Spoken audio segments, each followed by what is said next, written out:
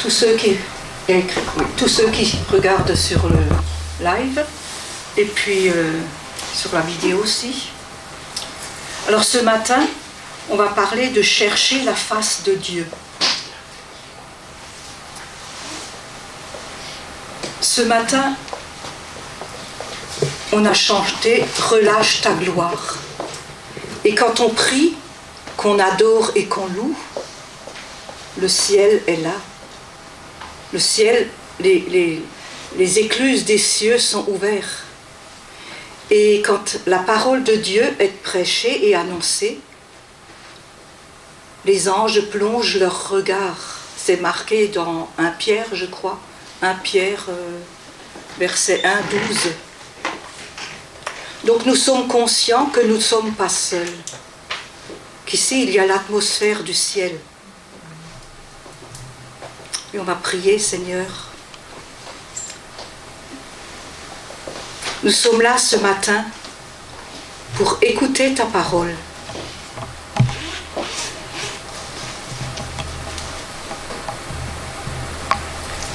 Et cette parole, elle doit nous pénétrer et porter du fruit en abondance.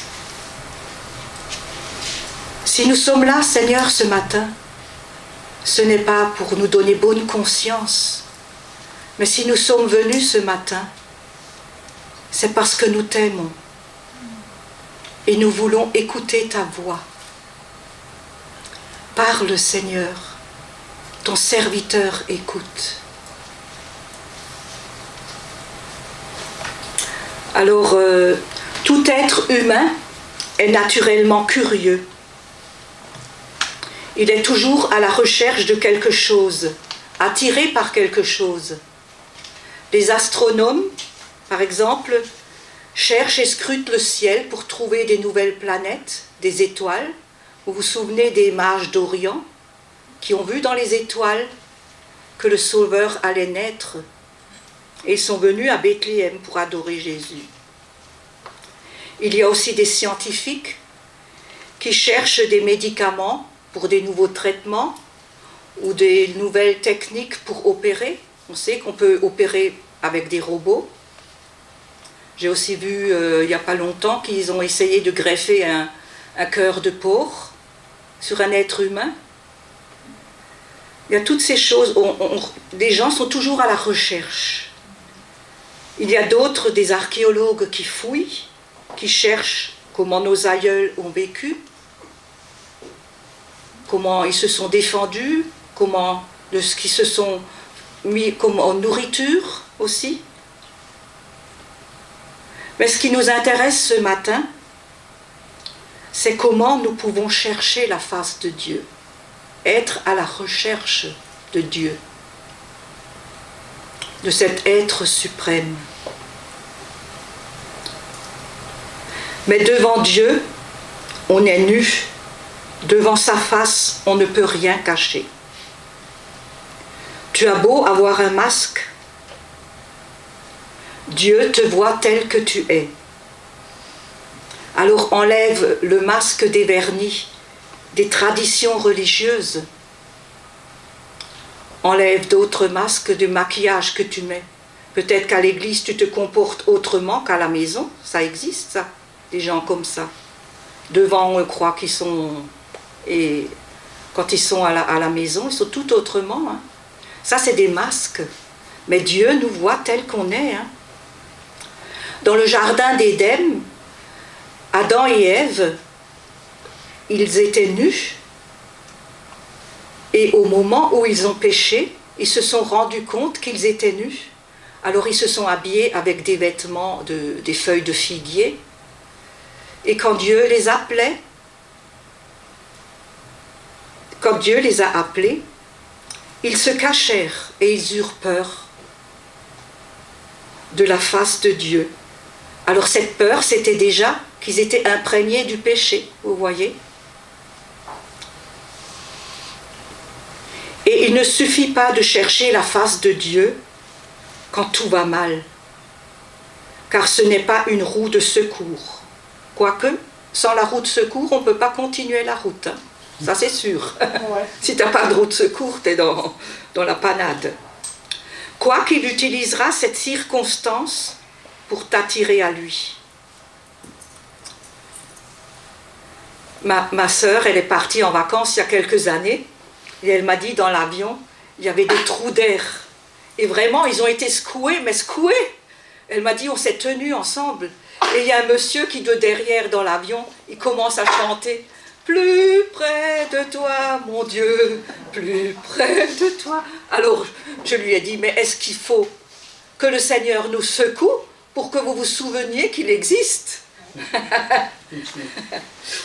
Mais en toute circonstance, à tout instant, recherche sa présence, et de tout ton cœur, et de toute ton âme, et de toute ta force. Viens écouter sa voix, sa parole, fais silence, et laisse-toi envahir par son esprit. C'est à ce moment-là que l'atmosphère change, que le ciel s'ouvre et que l'onction peut descendre. Le psaume 42, versets 2 et 3, « Comme une biche soupire après des courants d'eau, ainsi mon âme soupire après toi, ô Dieu. Mon âme a soif du Dieu vivant. Quand irai-je et paraîtrai-je devant la face de Dieu » 1 Chroniques 16, verset 11, « Ayez recours à l'Éternel et à son appui, et cherchez continuellement sa face. » Continuellement cherchez sa face. Psaume 140, verset 14, « Oui, les justes célébreront ton nom, et les hommes droits habiteront devant ta face. » Quand Moïse est mort, on avait dit de lui, « Il n'a plus paru en Israël de prophète semblable à Moïse, que l'Éternel connaissait face à face. » Mais comment pouvons-nous nous tenir devant Dieu? Sache que par Jésus-Christ, notre Sauveur, nous avons un libre accès au trône de la grâce. C'est en Hébreux 4, verset 16. Approchons-nous donc avec assurance du trône de la grâce, afin d'obtenir miséricorde et de trouver grâce pour être secourus dans nos besoins. Hébreux 7, verset 20, c'est aussi cela, pour cela qu'il peut sauver parfaitement ceux qui s'approchent de Dieu par lui, Jésus donc, étant toujours vivant pour intercéder en leur faveur. Donc Jésus est notre avocat devant le Père. Par son sacrifice, il nous a ouvert les portes du ciel, afin que nous ayons la faveur de Papa. Hébreux 8, verset 6, « Mais maintenant, il a obtenu un ministère d'autant supérieur, donc c'est la nouvelle alliance, qu'il est le médiateur d'une alliance plus excellente, qui a été établie sur de meilleures promesses. Meilleur signifie plus puissant, plus excellent, car la nouvelle alliance est supérieure à l'ancienne. Hébreux 9, versets 11 et 12, Christ a traversé le tabernacle plus grand et plus parfait, qui n'est pas construit de main d'homme, c'est-à-dire qui n'est pas de cette création. Il est entré une fois pour toutes dans le lieu très saint, non avec le sang des boucs et des veaux, mais avec son propre sang, ayant obtenu une rédemption éternelle.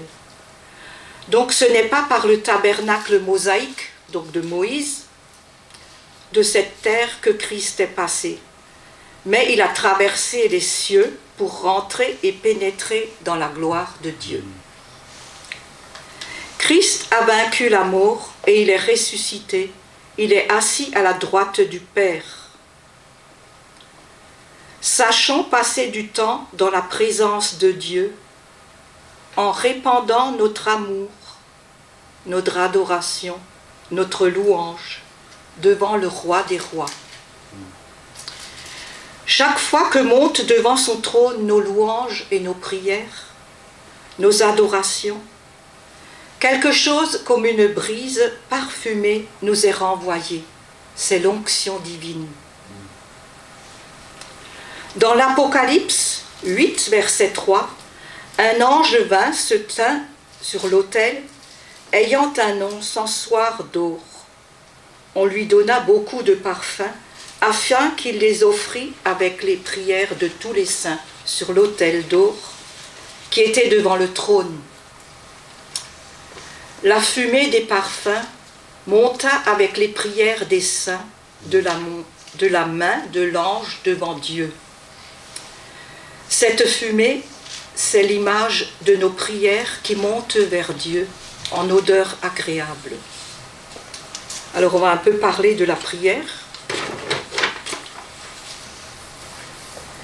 La prière fait aussi partie de la recherche de la face de Dieu. C'est dans l'intimité avec Dieu, le bouche à bouche, face à face, que l'on peut converser, dialoguer, intercéder, parler simplement avec lui, comme à un ami. Dis-lui tout ce que tu as dans ton cœur, de la souffrance, de la tristesse, des soucis, des peurs.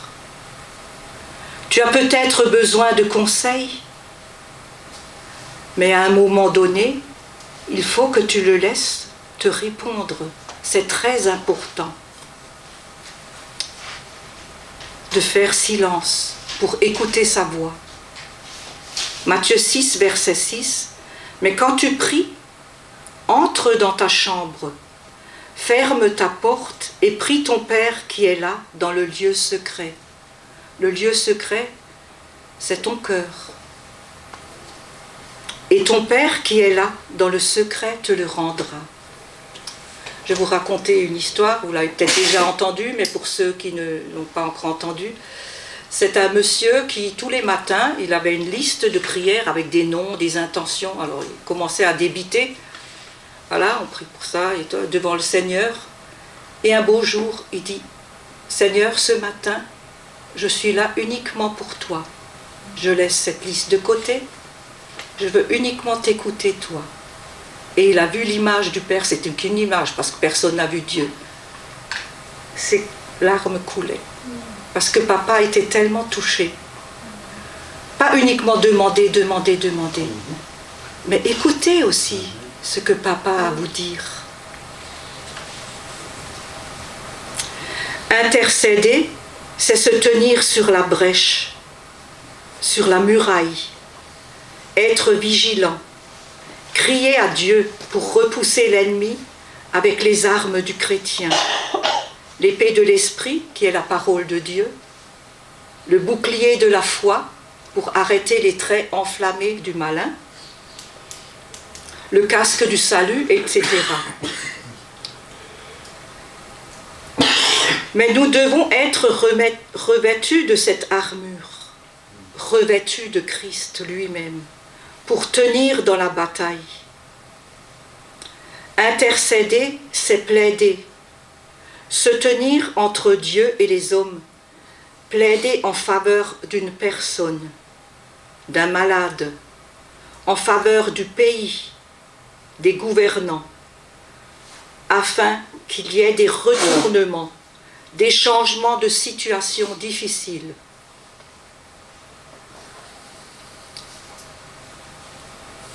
Une grande partie de la connaissance de Dieu se fait aussi dans la communion de ses souffrances. Je m'explique. Si une personne est sincère et veut le connaître, Dieu, s'il veut partager son cœur, Dieu peut nous faire entrer dans son intimité. Il veut partager avec elle son profond chagrin, sa tristesse, son fardeau, sa douleur. le cœur du Père peut nous dévoiler sa tristesse. Sa tristesse qu'il ressent pour les nations, pour cette Église qui est persécutée, pour les âmes qui se perdent. Dieu a besoin d'intercesseurs qui peuvent faire naître les réponses de Dieu sur la terre, pour libérer les nations et les âmes qui sont dans les griffes de Satan. Jean 4, verset 23, « Mais l'heure vient, et elle est déjà venue, où les vrais adorateurs adoreront le Père en esprit et en vérité, car ce sont là les adorateurs que le Père demande. » La chose que Dieu exige des hommes par-dessus toutes les autres, c'est l'adoration. Il demande l'obéissance, les services, les prières, les louanges, les actions de grâce, mais son désir suprême, c'est que les hommes l'adorent. Il cherche des adorateurs. Le Seigneur veut avoir un peuple qui l'adore. Mais que ferons-nous pendant le temps sans fin de l'éternité? Nous le louerons, nous l'adorerons. Commençons donc maintenant. La louange est une expression de gratitude, de reconnaissance du cœur envers Dieu pour ce qu'il a fait pour nous. L'adoration est la plus haute forme de louange. Nous allons au-delà de cette pensée de toutes les merveilles que Dieu a fait à notre égard. Et nous exprimons notre adoration, notre admiration, et faisons l'éloge de Dieu pour sa personne, son caractère et pour toute sa perfection. Donc nous servons Dieu pour ce qu'il est et non pas uniquement pour ce qu'il a fait pour nous. L'adoration est une attitude de cœur, une profonde méditation sur la grandeur de sa toute-puissance. L'adoration ne peut être préparée, on doit y entrer. Dieu cherche des adorateurs en esprit et en vérité. Jean 4, verset 24, « Adorer en esprit, c'est l'adorer de tout notre cœur, avec notre esprit, par la puissance du Saint-Esprit, lequel habite dans votre cœur. » Adorer en vérité, c'est l'adorer sans dissimulation, d'un cœur pur. Car la chair ne peut pas adorer Dieu si nous ne nous débarrassons pas de tout ce qui n'est pas de Dieu. Colossiens 3, verset 5. Faites donc mourir les membres qui sont sur la terre, l'impudicité, l'impureté, les passions, les mauvais désirs, la cupidité qui est une idolâtrie. Il est grand temps d'aller plus loin avec le Seigneur jusqu'à perdre pied en sa présence, c'est-à-dire lâcher prise. Je vais aussi vous donner une petite Anne Griffith, je ne sais pas si vous la connaissez, c'est une prophétesse, Anne Griffith. Et elle disait qu'à la fin de l'année, elle faisait le bilan de toutes ses pertes, de tous ses échecs, quoi. Et Jésus lui disait que lui aussi a eu des pertes. Elle a dit, mais Jésus, toi, mais qu'est-ce que tu as eu comme perte? Toi, tu as eu des pertes? Eh bien oui, j'ai eu des pertes. On m'a volé le temps intime avec mon peuple. Jésus disait ça. On m'a volé le temps intime avec mon peuple. Et Jésus avait le cœur brisé. C'est vrai. Tout dans le monde est fait pour nous détourner de Dieu, pour nous endormir. Même nous sommes souvent pendus au téléphone pendant des heures et des heures. ou devant la télé à voir des choses banales. L'apôtre Paul disait « Tout est permis, mais tout n'est pas utile ». C'est en 1 Corinthiens 6, verset 12. Donc, ce n'est plus le temps des divertissements et des distractions, car l'heure est grave. Ce n'est plus le temps des distractions. Prenons conscience que nous aurons à rendre compte de toutes nos actions.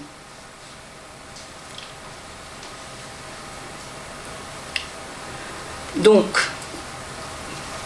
il est grand temps d'aller plus loin avec le Seigneur, jusqu'à perdre pied en sa présence, c'est-à-dire s'abandonner, lâcher prise, se laisser conduire par le Saint-Esprit, qui nous emportera dans le fleuve de Dieu.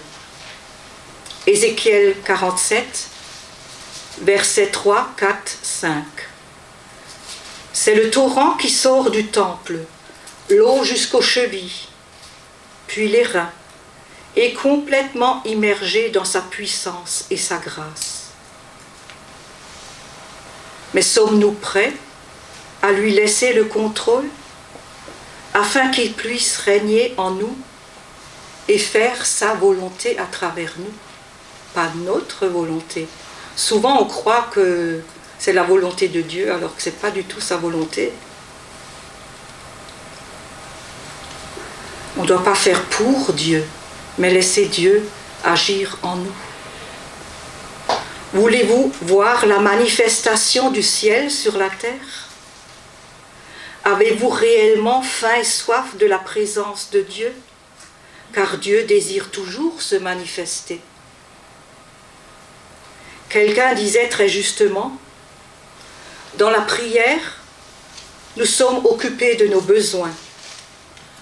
Dans l'action de grâce de nos bénédictions et dans l'adoration, nous absorbons Dieu lui-même. Ruth Eflin,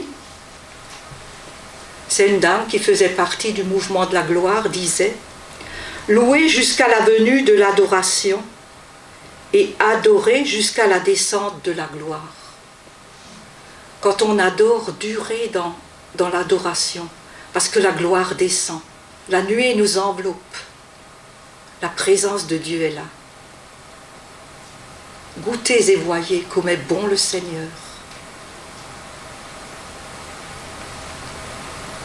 C'est le Saint-Esprit qui ravira nos cœurs et nous transportera dans la véritable adoration.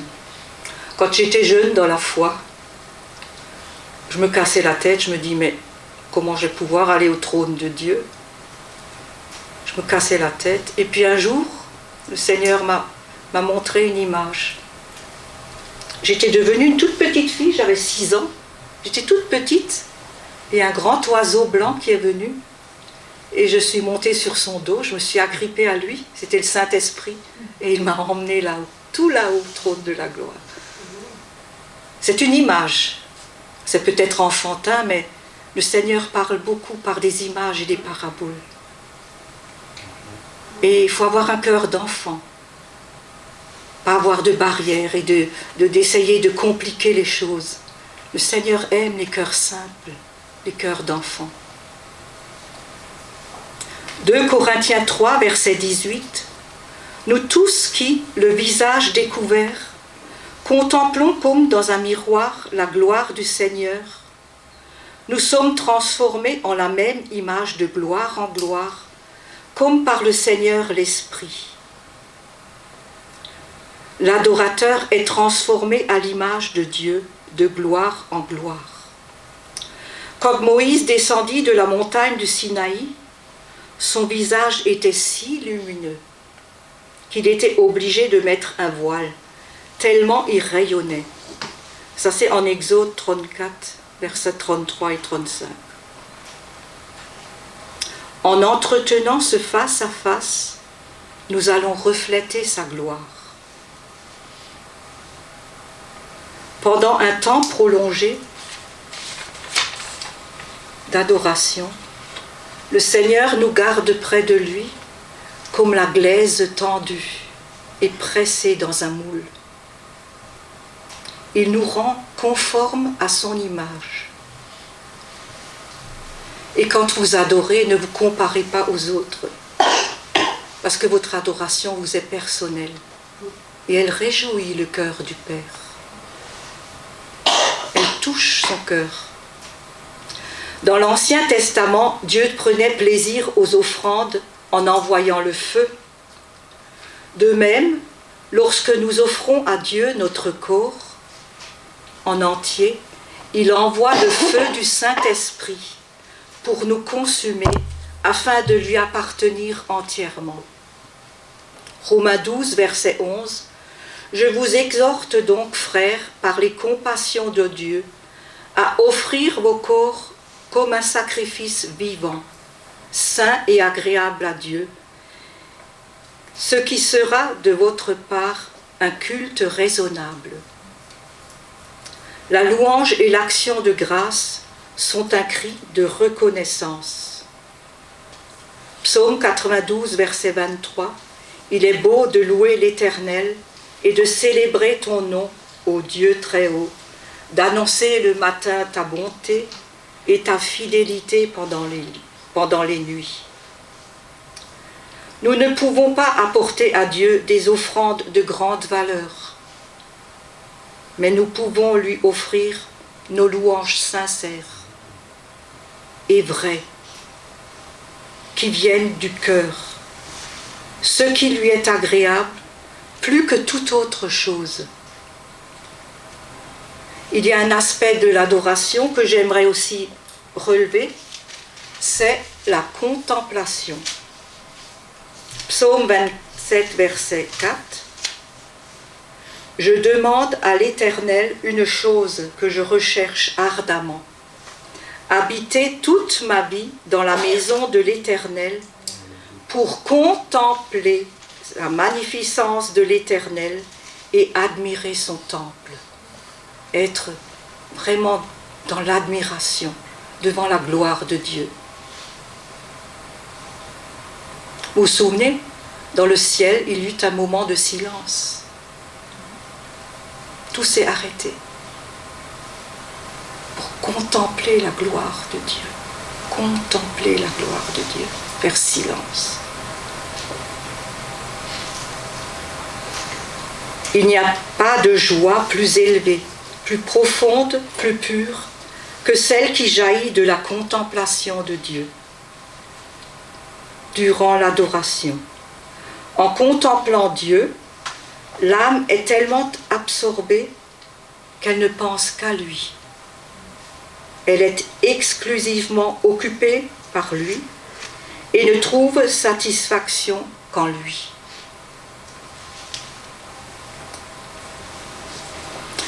Chercher la face de Dieu, s'approcher de lui, c'est aussi s'humilier, se courber, fléchir le genou, demander pardon pour nos péchés. 2 Chroniques 7, versets 14 et 15. Si mon peuple, sur qui est invoqué mon nom, s'humilie, prie et cherche ma face, et qu'il se détourne de ses mauvaises voies, je l'exaucerai des cieux. Je lui pardonnerai son péché et je guérirai son pays. Mais très important, ce qui m'a beaucoup touchée, c'est que Dieu dit « Mes yeux seront ouverts désormais et mes oreilles seront attentives à la prière faite en ce lieu. » Quand notre cœur soupire et gémit en sa présence, cherche, frappe, et la porte du ciel te sera ouverte.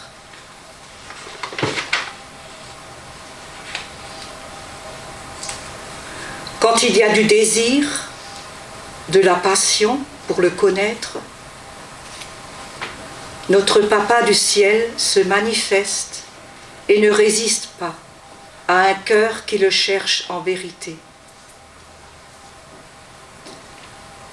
Mais combien de réveils n'ont-ils pas commencé par des temps de repentance, des temps de louange, d'adoration, des temps de faim et de soif de Dieu. Quand tu as des combats, au lieu de se plaindre, louer Dieu, ça nous décentre des problèmes. Louer Dieu, ça nous décentre. Et fixons nos regards sur Jésus. Colossiens 3, versets 1 et 2. Si donc vous êtes ressuscités avec Christ, cherchez les choses d'en haut, où Christ est assis à la droite de Dieu. Verset 2. Affectionnez-vous aux choses d'en haut et non à celles qui sont sur la terre. L'homme régénéré, l'homme qui est né de nouveau, ne doit plus vivre pour le monde qui passe, mais pour le monde céleste, pour l'éternité, en communion permanente avec Christ. Vous savez que l'éternité commence dès ici-bas, hein? Pas seulement dans le ciel, dès ici-bas, notre éternité commence maintenant déjà. Dans l'adoration, il y a des révélations.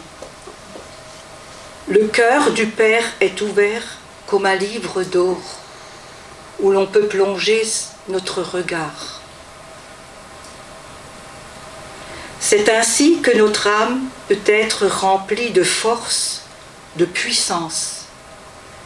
Cette force spirituelle ressemble à une force électrique et nous pouvons être chargés de cette énergie divine. C'est l'onction divine que nous pouvons redistribuer en priant pour nos frères souffrants ou dans le besoin. La cause principale du manque de puissance dans nos églises ou nos assemblées, c'est le manque d'adoration, l'absence d'adoration dans notre relation avec Dieu. Une église où il n'y a pas le Saint-Esprit, c'est une église qui se meurt. Une église morte, même si elle fonctionne, mais elle est morte. Et Dieu, Jésus, n'enterre pas les églises mortes. Au contraire, il les réveille par son Esprit Saint. Jésus réveille ces églises par son Esprit Saint. Alors, laissons-nous remplir de cette onction qui est le Saint-Esprit. On va prier ensemble.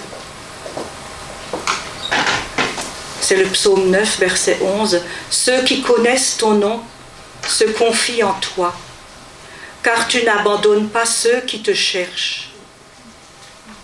Vois la misère où me réduisent mes ennemis. Enlève-moi des portes de la mort. » Oui, Seigneur. Seigneur, souviens-toi de ceux qui sont malades. On a tous des noms dans nos cœurs. Je vais nommer Yvonne, Françoise, Monique. Ceux qui sont malades du Covid. Ceux qui ont perdu un être cher dans cette maladie. On veut aussi prier pour ceux qui sont dans le deuil. Juliette, pour sa maman qui est partie. On pense à Juliette, à sa famille. On pense aussi à Lynn, qui a perdu son frère, qui va être enterré mercredi. Seigneur, viens les consoler. Toi, tu es réconfort. Enlève toute angoisse par rapport à l'avenir, Seigneur, toute peur. Seigneur, tout est dans ta main. Libère-nous du filet de l'oiseleur. Pour toutes les personnes qui sont sujets à l'addiction, de la drogue, du tabac, de l'alcool, d'autres choses, du sexe aussi. Seigneur, regarde les personnes qui passent par la vallée de Baca, la vallée de Paga. c'est aussi la vallée de l'ombre de la mort. Ceux qui ont perdu leur travail, ceux qui ont perdu leur entreprise, leur argent, leur dignité, leur autonomie. On pense à toutes ces personnes âgées qui doivent se faire assister. Seigneur, entends le cri de ceux qui souffrent la persécution. En Inde, en Algérie, ces églises qui sont fermées, tous ces chrétiens qui sont là, en Afghanistan aussi, Seigneur. Soutiens ces chrétiens. Je pense à Ariane en Afghanistan, qui est au milieu de ces talibans et qui s'occupe de ses enfants. Seigneur, visite-la, visite-la. Tu disais, puisqu'il m'aime, je le délivrerai. Je serai avec lui dans la détresse et je lui ferai voir mon salut. Pour ton Église, Seigneur, que nous ne contentions pas de venir au culte pour nous donner bonne conscience, mais que nous venions d'un cœur sincère et que nous nous laissions envahir et travailler par le Saint-Esprit pour qu'il nous propulse de l'avant vers les autres, Seigneur.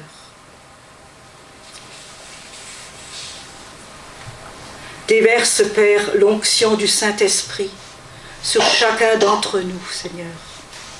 Sanctifie-nous, attire-nous, fais-nous entrer dans ta sainte présence. Fais-nous aller plus loin, tout près de ton trône de grâce, dans le Saint des Saints. Et que nous ne nous contentions pas seulement de t'apporter nos louanges et notre adoration, mais que nous devenions pour toi une offrande agréable, un parfum qui réjouit ton cœur de Père. Dans le nom puissant de Jésus. Amen. Amen.